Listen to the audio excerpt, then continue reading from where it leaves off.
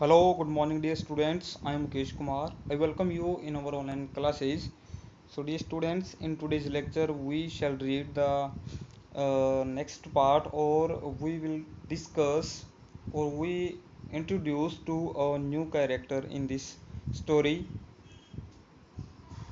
Till that, we have read about three characters: the author Jerome K. Jerome, second one George, and third one Harris.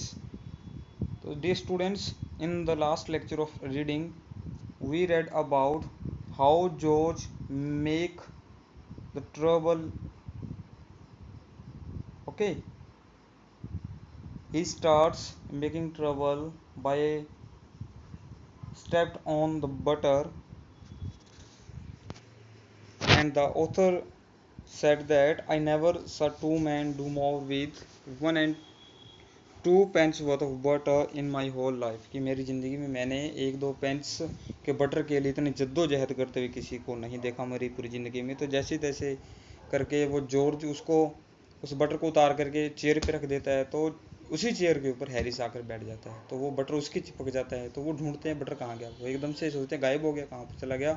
तो पूरा room वो घूमते हैं ढूंढने के लिए, लेकिन ऐसा नहीं, उनको नहीं मिलता। तो एंड में जा करके हैरिस के पीछे चिपका हुआ होता है, तो वहाँ से वो उसको उतारते हैं। तो आगे हम आज पढ़ते हैं। And they got it of, और वो उसको उतार देते हैं। And packed it in the T pot, और वो उसको टी पॉट में, मतलब जो चाय डालने वाला बर्तन है, जो केतली, उसके अंदर वो उसको डाल देते हैं। Montmorency was in it all, of course, निसंदेह मोंटमोरेंसी भी वहाँ पर इन सब के बीच में था। वाज इन इट ऑल मतलब ये सब जो वाक्य हुआ वहाँ मोंटमोरेंसी भी था। मोंटमोरेंसी कौन है? डॉग है, ऑथर का डॉग है। ठीक है, ये मेन कैरेक्टर, ये फोर्थ कैरेक्टर है, ये हमारी स्टोरी का फोर्थ कैरेक्टर है। मोंटमोरेंसीज एम्बिशन इन लाइफ, मोंटमोरेंसी की जो जीवन की अभिलाषा है, एम्बिशन मीन्स अभिलाषा है, उसका लक्ष्य है, उसका टारगेट क्या है, क्या होता है लगभग? To get in the way, get in the way मतलब रास्ते में आना। And be sworn at, and be sworn at का मतलब क्या होता है? रास्ते में आना और टांग अड़ाना। ठीक है, स्वॉर्न का मतलब होता है जैसे to sworn at hair get scolded, गालियाँ खाना। ठीक है, वो उसका मतलब डांट वगैरह, रास्ते में आना और डांट फटकार सुनना। If he can squirm in anywhere, अगर, इफ मीन्स क्या होता है? अगर, ही कैन स्क्वाम, स्क्वाम मीन्स क्या होता है? एंटर करना। अगर वो एंट्री कर सकता है इन एनीवेयर, कहीं भी, where he particular is not wanted, जहाँ उसको खास तौर पर उसकी ज़रूरत नहीं होती। And be a perfect nuisance, और फिर वो वहाँ पर न्यूसेंस करता मतलब क्या है? परेशानियाँ क्रिएट करता है। एंड मेक पीपल मैड, और लोगों को पागल करता है। And have things thrown at his, और चीज़ें उसके ऊपर फेंकी जाती हैं।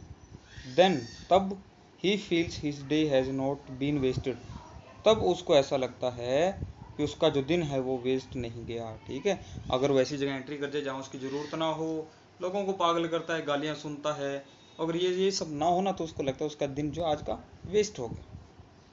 To get somebody to stumble over him, stumble क्या होता है? स्टम्बल होता है गिराना।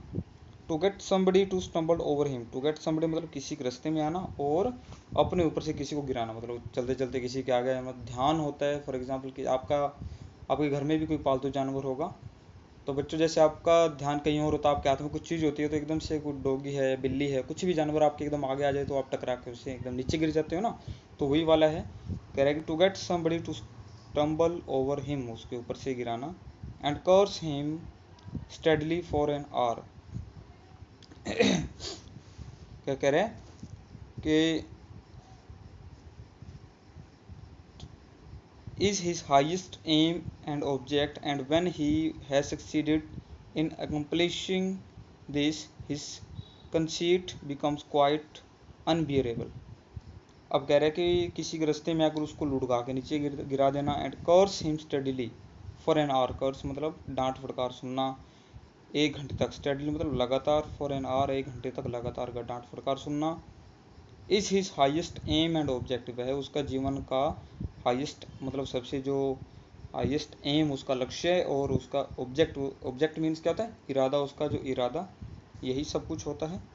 And when he has succeeded, और वह जब इन चीज़ों में सफल हो जाता है, ठीक है। इन कंप्लीशिंग दिस मतलब अपने जो टारगेट था उसको पूरा करने में सफल हो जाता है। His conceit becomes quite unbearable. Conceit means उसका गर्व, मतलब उसको अपने आप को ऊपर गर्व है कि मैं ये सब करता हूँ, तो उसके जो गर्व है बिकम क्वाइट अनबियरेबल। अनबियरेबल मतलब असहनीय उसके लिए हो जाता है, कि उसको ऐसा लगता है कि मुझे ठेस पहुंचाई है, ठीक है। अब वो देखो अपने गुस्से में क्या करता है जो कुत्ता है। He came and sat down on things, वह आता है और चीज़ों के ऊपर बैठ जाता है, ठीक है। अब ये कुत्ता अपना गुस्सा दिखा रहा है। Just when they were wanted to be packed, जब क्या कह रहा है कि वह आता और चीज़ों के ऊपर बैठ जाता। जस्ट वेन, और तभी बैठता जब दे were wanted to be packed, जब उनकी ज़रूरत होती है उस सामान को पैक करने की। And he लेबर्ड under the fixed belief that, और वो उसका इस चीज़ में बहुत दृढ़ विश्वास था, ठीक है। किस चीज़ में विश्वास था? वेन एवर हैरिस और जॉर्ज, जब भी हैरिस और George reached out their hand, अपना हाथ कहीं पहुंचाते, मतलब कुछ चीज़ फॉर एनीथिंग, अगर इसी चीज़ के लिए वो अपना हाथ आगे बढ़ाते, it was his cold damp nose that they wanted. It was, तो मतलब किसी चीज़ के लिए जब अपना हाथ आगे पीछे बढ़ाते, इट वॉज हिज कोल्ड डैम्प, उसकी गीली और ठंडी नाक होती, दैट दे वांटेड, जो दैट दे वांटेड, अगर वो कुछ चीज़ चाहते तो वहाँ पर क्या पाते, वो उसकी गीली नाक पाते, ठीक है। He put his leg into the jam, उसने अपनी जो टांग है कहाँ पर फंसा ली, जैम में रख दी। And he worried the teaspoon, worried means क्या होता है, डिस्टर्ब या फैला देना, बिखेर देना। तो जो टी स्पून थी, जो चमचे थे, उनको वो बिखेर देता उसमें। एंड ही प्रिटेंडेड, और उसका इरादा है, उसका जो प्लान क्या होता, एंड ही प्रिटेंडेड दैट, और वो कुछ ऐसा दिखावा करता, प्रिटेंड मतलब कुछ ऐसा उसके मन में कुछ होता, दिखावा करने क्या करता, that the lemons were red, ऐसा वो दिखावा करता कि जो लेमन्स है, जो नींबू है, वो चूहे हों, ऐसा वो प्रिटेंड करता, दिखावा करता, लोगों के सामने ढोंग करता। And got into the hamper, hamper means जो टोकरी होती है ना, बास्केट होती है, सामान वगैरह रखे थे, उसके अंदर चला जाता। गोट इनटू हैम्पर मतलब उसके अंदर चला जाता। And killed 3 of them before Harris could land him with the frying pan, और वो चार मतलब कुछ जितने भी उनमें से 3 को मार गिरा था, मतलब उसके लिए वो रेड थे, वो ऐसा मतलब शो करता कि मैंने चूहे मारे हैं, ठीक है, नींबू वो ऐसे समझता था। और इससे पहले मतलब ऐसा शो करता, और उससे पहले क्या करता, Harris could land him with of frying pan, और जो फ्राइंग पैन मतलब जो कुछ चीज़ बनाने के लिए कढ़ाई यूज़ करते हैं ना, छोटी कढ़ाई, ऑमलेट वगैरह बनाने के लिए, जब तक कि हैरिस उसको पैन से पीटे ना, तब तक वो ऐसा ही करता रहता। सो डियर स्टूडेंट्स, आज के लिए बस इतना ही। Have a nice day.